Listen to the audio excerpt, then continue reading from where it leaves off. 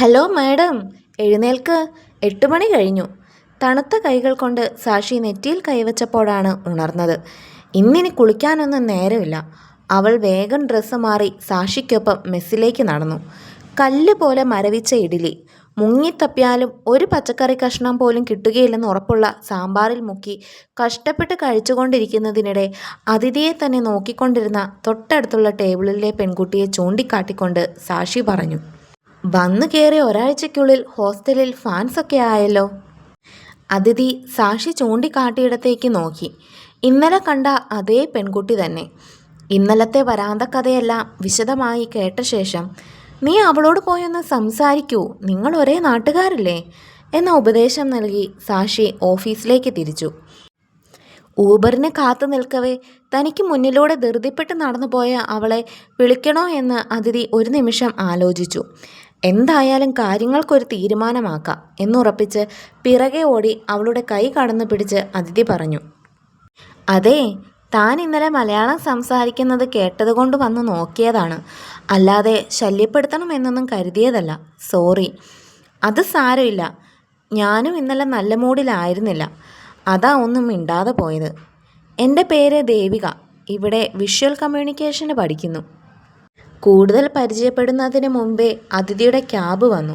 വൈകിട്ട് കാണാമെന്ന് വാക്ക് നൽകി അതിഥി ഓഫീസിലേക്ക് തിരിച്ചു. നീ എന്തിനാ ഫാമിലി ഗ്രൂപ്പിൽ നിന്ന് ലെഫ്റ്റ് അടിച്ചേ? ഇന്നലെ കല്യാണത്തിന് പോയപ്പോൾ എല്ലാവരും ചോദിച്ചു, ജോലി കിട്ടി വലിയ ആളായതിൻ്റെ അഹങ്കാരമാണോ മോക്കെന്ന്. ക്യാബ് ഇറങ്ങി ഓഫീസിലേക്ക് നടന്നുകൊണ്ടിരുന്ന അതിഥിയോട് ഫോണിലൂടെ അമ്മ അല്പം ദേഷ്യത്തോടെ ചോദിച്ചു. രാവിലെ തന്നെ റോസാപ്പൂവും ചെമ്പരത്തിപ്പൂവും വെച്ച 10-15 ഗുഡ് മോർണിംഗ് മെസ്സേജ്. അത് പോരാത്തതിന് കൊക്കോക്കോളയിൽ പുഴുവുണ്ട്, കുടിച്ചാൽ ക്യാൻസർ വരുമെന്ന് പറഞ്ഞ് വാട്സാപ്പ് ഉണ്ടായ കാലത്തെ കൊട്ടക്കണക്കിന് ഫോർവേഡ് മെസ്സേജും. ഇതൊക്കെ പോട്ടെ എന്ന് വെക്കാം, രാവിലെയും ഉച്ചയ്ക്കും കഴിച്ച ഫുഡിൻ്റെ ഫോട്ടോ വരെ ഗ്രൂപ്പിലിട്ട് വെറുപ്പിക്കുന്നത് എന്തിനാ? അവളും വിട്ടുകൊടുത്തില്ല. നിനക്കിഷ്ടമില്ലെങ്കിൽ നീ മിണ്ടണ്ട, പക്ഷെ ലെഫ്റ്റ് അടിച്ച് പോകുന്നത് എന്തിനാ? അപ്പവും ഉണ്ടല്ലോ ഗ്രൂപ്പിൽ, അവൻ ഇതൊന്നും പ്രശ്നമല്ലല്ലോ. നിന്നെക്കാൾ 2 വയസ്സ് ചെറുതാണവൻ, പക്ഷേ നല്ല വകതിരിവുണ്ട്. അത് വകതിരിവിൻ്റെ അല്ല, അവന് എല്ലാവരെയും സുഖിപ്പിച്ച് നിർത്തണം, അതിനാണ്. അല്ലെങ്കിലും അമ്മയ്ക്ക് ഞാൻ ചെയ്യുന്നത് എല്ലാം തെറ്റാണല്ലോ. അവൻ എന്ത് ചെയ്താലും അതൊന്നും പ്രശ്നമില്ല. എന്നെ അമ്മ വല്ല തവിടും കൊടുത്ത് മേടിച്ചതാണോ? അവൾക്ക് പെട്ടെന്ന് സങ്കടം വന്നു. മേടിച്ചതാണെങ്കിൽ ഇങ്ങനെ തലതിരിഞ്ഞതിനെ മേടിക്കാതെ നല്ലത് നോക്കി മേടിച്ചേനെ. അമ്മു, രാവിലെ തന്നെ നീ തല്ലുകൂടാൻ വരണ്ട. ഞാൻ പറയാം ചെറിയച്ഛനോട് ഗ്രൂപ്പിൽ ആഡാക്കാൻ. പിന്നെ നിനക്ക് മെസ്സേജ് അയച്ചിട്ട് നീ റിപ്ലൈ കൊടുക്കുന്നില്ല, നിൻ്റെ ഫോട്ടോ ഒന്നും കാണുന്നില്ല എന്നൊക്കെ പറഞ്ഞല്ലോ ചെറിയമ്മ. ആ, കാണില്ല, ഞാൻ എല്ലാവരെയും ബ്ലോക്ക് ആക്കിയതാ. ഇഷ്ടമുള്ള ഒരു ഫോട്ടോ ഇട്ട അപ്പം തുടങ്ങും, അമ്മുവിന് സ്ലീവ്ലെസ് ചേരില്ല, മുട്ടിന് താഴെ ഇറക്കമുള്ള ഉടുപ്പിട്ടൂടെ, ലിപ്സ്റ്റിക് ഇട്ടാൽ ചുണ്ട് കറുത്തു പോകും എന്ന് തുടങ്ങിയ ഉപദേശം. അവർ പറയുന്നതിൽ എന്താ തെറ്റ്? നീ അമ്മ മുഴുവിക്കുന്നതിന് മുമ്പേ അവൾ ദേഷ്യത്തിൽ ഫോൺ വെച്ച് ഡെസ്കിലേക്കുള്ള ഡോർ അല്പം ദേഷ്യത്തിൽ തള്ളി തുറന്നു. കോഫിയുമായി പുറത്തിറങ്ങാൻ തുടങ്ങിയ ആദ്യം ശക്തിയും അവളുടെ വരവ് കണ്ട് കുറച്ചൊന്ന് മാറി നിന്നു. രാവിലെ തന്നെ നല്ല കലിപ്പിലാണല്ലോ. അവരെ ശ്രദ്ധിക്കാതെ മുന്നിലൂടെ വേഗത്തിൽ കടന്നുപോയ അതിഥിയെ പിറകിൽ നിന്ന് വിളിച്ച് ആദ്യ ചോദിച്ചു, അയ്യോ, ഞാൻ നിങ്ങളെ കണ്ടില്ല, വിശേഷിച്ചൊന്നുമില്ല, അമ്മയുമായി ചെറിയൊരടി. അത് സ്വാഭാവികം. എന്തായാലും ലഞ്ചിന് വായോ, ഞാനൊരു മലയാളി ഹോട്ടൽ കണ്ടുപിടിച്ചിട്ടുണ്ട്, നമുക്ക് അവിടെ നിന്ന് ഫുഡ് വാങ്ങാം. ഓക്കെ, സെറ്റ്, വന്നേക്കാം. അവൾ വേഗത്തിൽ തിരിച്ച് ഡെസ്കിലേക്ക് നടന്നു. ആദ്യ ദിവസം വെറുതെ ഇരുന്നത് കൊണ്ടാകാം, ഇന്ന് ശ്വാസം വിടാൻ പോലും സമയം കിട്ടാത്ത വിധം പണിയായിരുന്നു. വൈകിട്ട് ചായ കുടിക്കാൻ അവളും ആദിയും ശക്തിയും കൂടെ പുറത്തിറങ്ങി. നീ എന്താ സിഗരറ്റ് വലിക്കാത്തേ? മാറി നിന്ന് പുക വലിച്ചുകൊണ്ടിരുന്ന ശക്തിയെ നോക്കി അതിഥി ആദിയോട് ചോദിച്ചു. ഞാൻ വലിക്കൂലെന്ന് ആരാ പറഞ്ഞേ? ഞാൻ കണ്ടിട്ടില്ലല്ലോ ഇതുവരെ. വലിയും കൂടിയൊക്കെ ഉണ്ടായിരുന്നു, ഇപ്പം നിർത്തി. വളരെ നല്ല കാര്യം. എന്താ നിർത്തിയേ? അതൊരു തരം ആഡംബരമാണെന്ന് തോന്നി. അതെന്താ? ഒരു മനുഷ്യന് ബേസിക്കായി ജീവിക്കാൻ വേണ്ടത് ഭക്ഷണമാണ്. അത് മര്യാദയ്ക്ക് കിട്ടിയാൽ മാത്രമേ ബാക്കി എന്തിനെക്കുറിച്ചും ആലോചിക്കാൻ പോലും കഴിയൂ. നിനക്കെന്താ ഭക്ഷണത്തിന് കുറവ്? ഉച്ചയ്ക്കും പൊറോട്ടയും ബീഫും വെട്ടി വിഴുങ്ങുന്നത് കണ്ടതാണല്ലോ. അവൾ അവനെ ചൂടാക്കാനായി പറഞ്ഞു. നിനക്കിപ്പോൾ എന്താ വേണ്ടേ? ഞാൻ സിഗരറ്റ് വലിക്കണോ? ആദ്യം അല്പം കടുപ്പിച്ചു ചോദിച്ചു. എനിക്ക് വേണ്ടി നീ കഷ്ടപ്പെട്ട് വലിക്കുകയൊന്നും വേണ്ട. എന്നാലും ഈ വയസ്സിൽ അത് പെട്ടെന്ന് വേണ്ടാന്ന് വെക്കാനുള്ള കാരണം അറിയാനുള്ള ആകാംക്ഷ കൊണ്ട് ചോദിച്ചതാണ്. പൊതുവെ ആമ്പിള്ളേർ അടിച്ചു പൊളിക്കുന്നത് ഇതൊക്കെ വലിച്ചിട്ടാണല്ലോ. എല്ലാ ആൺകുട്ടികളും അങ്ങനെയാണോ? അവനൊരു സംശയവാദത്തിന് തയ്യാറായി. ഞാൻ കണ്ടിട്ടുള്ള കുറേയൊക്കെ അങ്ങനെ തന്നെയാണ്. അവളും വിട്ടുകൊടുത്തില്ല. എന്നാൽ അങ്ങനെ അല്ലാത്ത ആൾക്കാരും ഉണ്ട്. ജീവിതത്തിൽ എല്ലാവർക്കും എല്ലാം ഒരുപോലെ കിട്ടണമെന്നില്ലല്ലോ. നിനക്കെന്താ കിട്ടാതെ പോയേ? വല്ല പ്രണയനഷ്ടമാണോടാ? അവൻ ദേഷ്യപ്പെടുമെന്ന് ഉറപ്പുണ്ടായിട്ടും അവൾ ചോദിച്ചു. ഞാനൊന്നും പറയുന്നില്ല. നീ വന്നേ, എനിക്ക് പോയിട്ട് പണിയുണ്ട്. അവളോട് തർക്കിച്ചിട്ട് പ്രയോജനമില്ലെന്ന് തോന്നി ചായയുടെ ക്യാഷ് കൊടുത്ത് അവൻ വലിച്ചു തീർത്ത സിഗരറ്റ് കുറ്റി ഊതി വീണ്ടും പുകവരുത്താൻ ശ്രമിച്ചുകൊണ്ടിരുന്ന ശക്തിയുടെ കയ്യിൽ നിന്നും അത് പിടിച്ചു വാങ്ങി ദൂരെ എറിഞ്ഞ് അവനെയും കൂട്ടി ഓഫീസിലേക്ക് നടന്നു. മച്ചി സെമ്മ കടുപ്പിലിരിക്കെ നീ എന്നെ പെണ്ണേ. അവൻ്റെ പിറകിൽ വേഗത്തിൽ നടന്നുകൊണ്ടിരുന്ന ശക്തിയെ ശബ്ദം താഴ്ത്തി അതിഥിയോട് ചോദിച്ചു. ഞാനൊന്നും ചെയ്തില്ല. അവനെ കളഞ്ഞിട്ട് പോയ കുട്ടിയുടെ ഓർമ്മ വന്നു പെട്ടെന്ന്. അവൾ ചിരി അടക്കി അല്പം സീരിയസ് ആയി പറഞ്ഞു. അപ്പടിയാ ഞാനും നനച്ചേ. പാവമില്ലയാ? ശക്തിക്ക് ചെറിയ വിഷമം തോന്നി. പാവമൊക്കെ തന്നെ. വായ പൊട്ടി മിണ്ടാതെ ഇരിക്കുമ്പോഴും ഉറങ്ങുമ്പോഴും മാത്രം. അതിഥിയും ശക്തിയും ആദ്യം കേൾക്കാതെ അടക്കി ചിരിച്ചു. വൈകിട്ട് നേരത്തെ ഹോസ്റ്റലിലെത്തി കുളി കഴിഞ്ഞ് ലയയുമായി സംസാരിച്ചു കൊണ്ടിരിക്കെ കൊട്ടുകേട്ട് അവൾ വാതിൽ തുറന്നു. ദേവികയാണ്. കയ്യിലൊരു കവറുമുണ്ട്. ലയയോട് കുറച്ചു കഴിഞ്ഞ് വിളിക്കാമെന്ന് പറഞ്ഞ് ഫോൺ കട്ട് ചെയ്ത് അവൾ ദേവികയെ അകത്തേക്ക് ക്ഷണിച്ചു. ഈ മുറി നല്ല വൃത്തിയുണ്ടല്ലോ. സാക്ഷിയുടെ ബെഡിൽ വന്നിരുന്ന് ചുറ്റും നോക്കിക്കൊണ്ട് അവൾ പറഞ്ഞു. എല്ലാ ക്രെഡിറ്റും സാക്ഷിക്കാണ്. അതിഥി അല്പം അഭിമാനത്തോടെ പറഞ്ഞു. ആണോ? ആ ചേച്ചിയുടെ കൂടെ എങ്ങനെയാണ് താമസിക്കുന്നത്? വേണമെങ്കിൽ വാർഡനോട് പറഞ്ഞാൽ മുറി വേറെ കിട്ടൂട്ടോ. ദേവിക സഹതാപത്തോടെ അവളെ നോക്കി.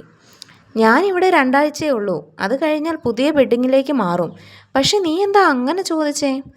ആ ചേച്ചിയെ പൊതുവെ ഇവിടെ ആർക്കും വലിയ താല്പര്യമില്ല. ഒരാളോടും മിണ്ടില്ല. എപ്പോഴും മുഖം കനിപ്പിച്ചാണ് നടത്തം.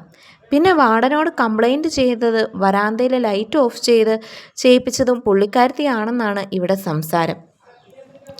അവളൊരു സ്വകാര്യമെന്നോണം ശബ്ദം താഴ്ത്തി പറഞ്ഞു. ആ സംശയം എനിക്കും ഇല്ലാതില്ല. പക്ഷെ നീ കരുതുന്ന പോലെയല്ല. ആളൊരു പാവമാണ്. പിന്നെ ലേശം വൃത്തിയും വെടുപ്പും അടക്കും ചിട്ടയും ഒക്കെ കൂടുതലാണെന്നേ ഉള്ളൂ. അതിഥി അവളെ തിരുത്താൻ ശ്രമിച്ചു. പക്ഷേ അതെന്തോ അവൾക്കത്ര വിശ്വാസമായില്ല. കഴിഞ്ഞ ദിവസം വീട്ടിൽ പോയപ്പോൾ അമ്മ കൊടുത്തുവിട്ട ഉണ്ണിയപ്പം ദേവിക അതിഥിക്ക് നേരെ നീട്ടി. ഇന്നലത്തെ വഴക്കൊക്കെ കഴിഞ്ഞോ? മുറിക്ക് ചുറ്റും നടന്നുകൊണ്ടിരുന്ന ദേവികയെ നോക്കി അവൾ ചോദിച്ചു. അതങ്ങനെയൊന്നും കഴിയില്ല. അവൻ എപ്പോഴും സംശയമാണ്. അവൾ മടിച്ചു പറഞ്ഞു. ഈ അവൻ ആരാണെന്ന് അവൾ പറയാതെ തന്നെ അതിഥി ഊഹിച്ചു. ഞാൻ ചേച്ചി എന്ന് വിളിക്കാല്ലേ? ദേവിക അവൾ കരികെ വന്നിരുന്നു കൊണ്ട് ചോദിച്ചു. നീ നിനക്ക് ഇഷ്ടമുള്ളത് വിളിച്ചോ. എനിക്ക് ഫേസ്ബുക്കും ഇൻസ്റ്റാഗ്രാമും എല്ലാം ഉണ്ടായിരുന്നു. കഴിഞ്ഞ ദിവസം അവൻ അതിൻ്റെ എല്ലാം പാസ്വേഡ് ചോദിച്ചു. പിന്നെ സ്നേഹിക്കുന്നവരാകുമ്പോൾ അങ്ങനെയൊക്കെയാണല്ലോ. ഞാനെല്ലാം കൊടുക്കുകയും ചെയ്തു.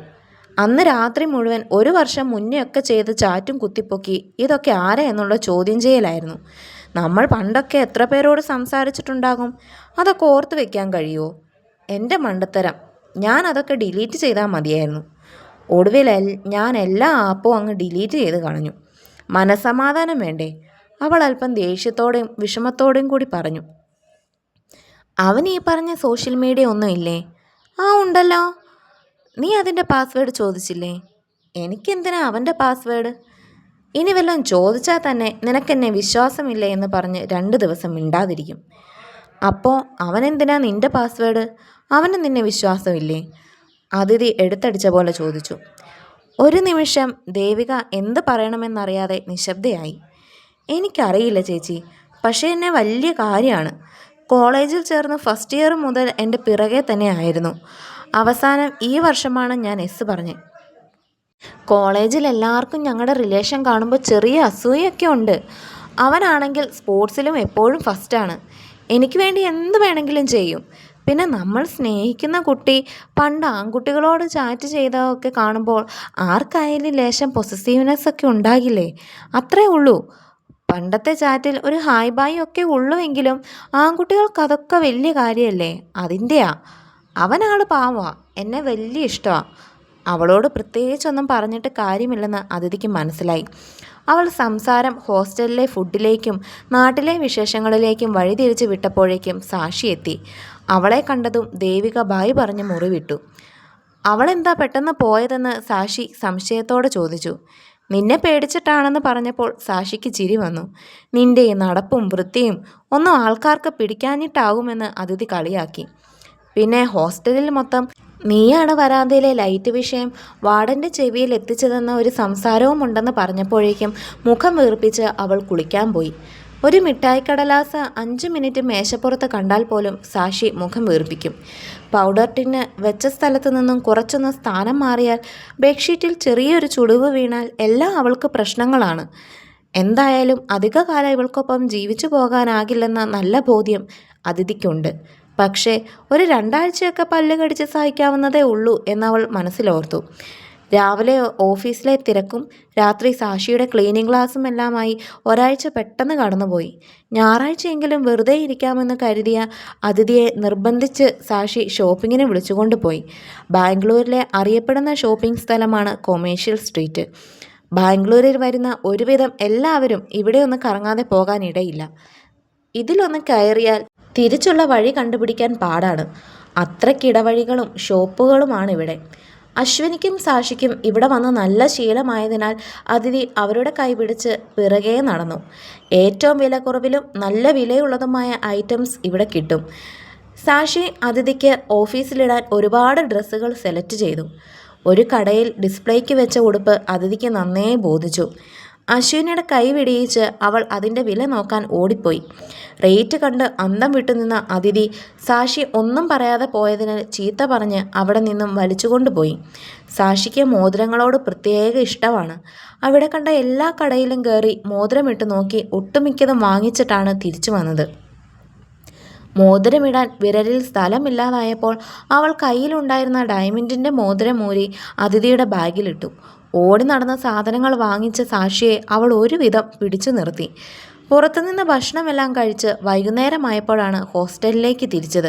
ഷോപ്പിങ്ങും കറക്കവുമെല്ലാം കഴിഞ്ഞ് അതിഥി റൂമിലെത്തിയപ്പോഴേക്കും രാത്രിയായി. കുളി കഴിഞ്ഞ് അവൾ ഡയറി എടുത്തു.